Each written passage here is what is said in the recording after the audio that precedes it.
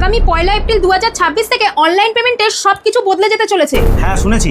এমনকি ওটিপি দেওয়ার ধরনও নাকি বদলে যাবে। এর সাথে বদলে যেতে চলেছে ব্যাংক অ্যাকাউন্ট সুরক্ষিত রাখার ধরনও। প্রথম নিয়ম হলো যেটা 1 এপ্রিল 2026 থেকে চালু হবে, ডায়নামিক 2 ফ্যাক্টর অথেন্টিকেশন। ধরো তুমি কোনো ফোনপে বা গুগল পেতে লগ ইন করেছো, আর লগ ইনের সময় তুমি পাসওয়ার্ড দেবে, আর পাসওয়ার্ড দেওয়ার পর তোমার ফোনে একটা ওটিপি আসবে। তুমি সেই ওটিপিটা যতক্ষণ না সাবমিট করবে ততক্ষণ কিন্তু তুমি এই ফোনপে বা গুগল পেতে লগ ইন করতে পারবে না। দ্বিতীয় নিয়ম হলো কোনো ব্যাংকিং অ্যাপে তুমি কিন্তু এবার থেকে স্ক্রিনশট অথবা স্ক্রিন রেকর্ডিং করতে পারবে না। এটা করার কারণ হচ্ছে হ্যাকাররা এমনভাবে স্ক্রিন রেকর্ড করে নেয় এবং তার মাধ্যমে পাসওয়ার্ড আর ওটিপি জেনে নেয়, ফলে আমাদের ব্যাংক অ্যাকাউন্ট খালি করে দেয়। আমাদের ব্যাংক অ্যাকাউন্ট যাতে প্রত্যেকের সেফ থাকে সেই জন্য এই সিদ্ধান্ত নেওয়া হচ্ছে। 3 নম্বর হচ্ছে নাইট টাইম ট্রানজাকশনকে তুমি লক করতে পারবে। অর্থাৎ তুমি যদি চাও রাত্রির 11টা থেকে সকাল 6টা অবধি তুমি কিন্তু তোমার ফোনপে গুগল পে যে কোনো অনলাইন ট্রানজাকশনকে লক করে রাখতে পারবে। এমনকি তুমিও কোনোভাবেই তোমার এই অনলাইন ট্রানজাকশন এই টাইমের মধ্যে করতে পারবে না।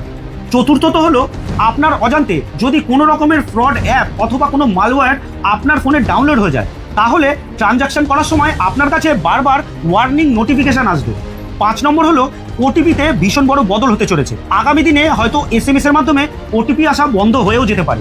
এবার থেকে আপনি যে ব্যাংকিং অ্যাপ ইউজ করবেন সেই অ্যাপের মধ্যেই কিন্তু আপনার ওটিপিটা আসবে। 6 নম্বর হলো এবার থেকে প্রয়োজনের তুলনায় বেশি ট্রানজাকশন করতে হলে তোমাকে সিকিউরিটি প্রশ্ন করা হবে।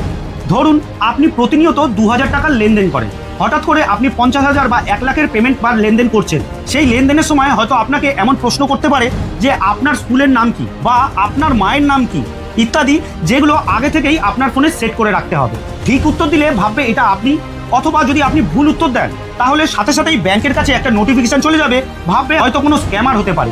7 নম্বর হচ্ছে বায়োমেট্রিক। অর্থাৎ এবার থেকে পাসওয়ার্ডের বদলে তোমাকে ফিঙ্গারপ্রিন্ট ইউজ করতে হবে যখন তুমি কোনো ট্রানজ্যাকশন করবে। 8 নম্বর হলো আধার এবং বায়োমেট্রিক। যদি আপনি ব্যাংকিং অ্যাপস থেকে অধিক পরিমাণে টাকা লেনদেন করেন, 1 লাখ 2 লাখ বা তার বেশি, সেই ক্ষেত্রে আপনার আধার লিঙ্ক, ফিঙ্গারপ্রিন্ট অথবা আপনার ফেস স্ক্যানও দিতে হতে পারে। অন্যথায় কোনোভাবেই কিন্তু পেমেন্ট করা যাবে না। তো এই নিয়মগুলি কিন্তু অনেকেই জানে না, তাই নিয়মগুলি সবার সাথে অবশ্যই শেয়ার করবেন। যা বুঝলাম, এবার তো তাহলে ভালোই হবে। অনলাইনে সহজে কেউ আপনার সাথে প্রতারণা করতে পারবে না, কোনো রকম ফ্রড সহজে আপনার সাথে হবে না। অনেকাংশে আপনার যে কোনো অনলাইন ট্রানজ্যাকশন বলুন, আপনার ফোন বলুন, অনেকাংশে সিকিউর থাকবে।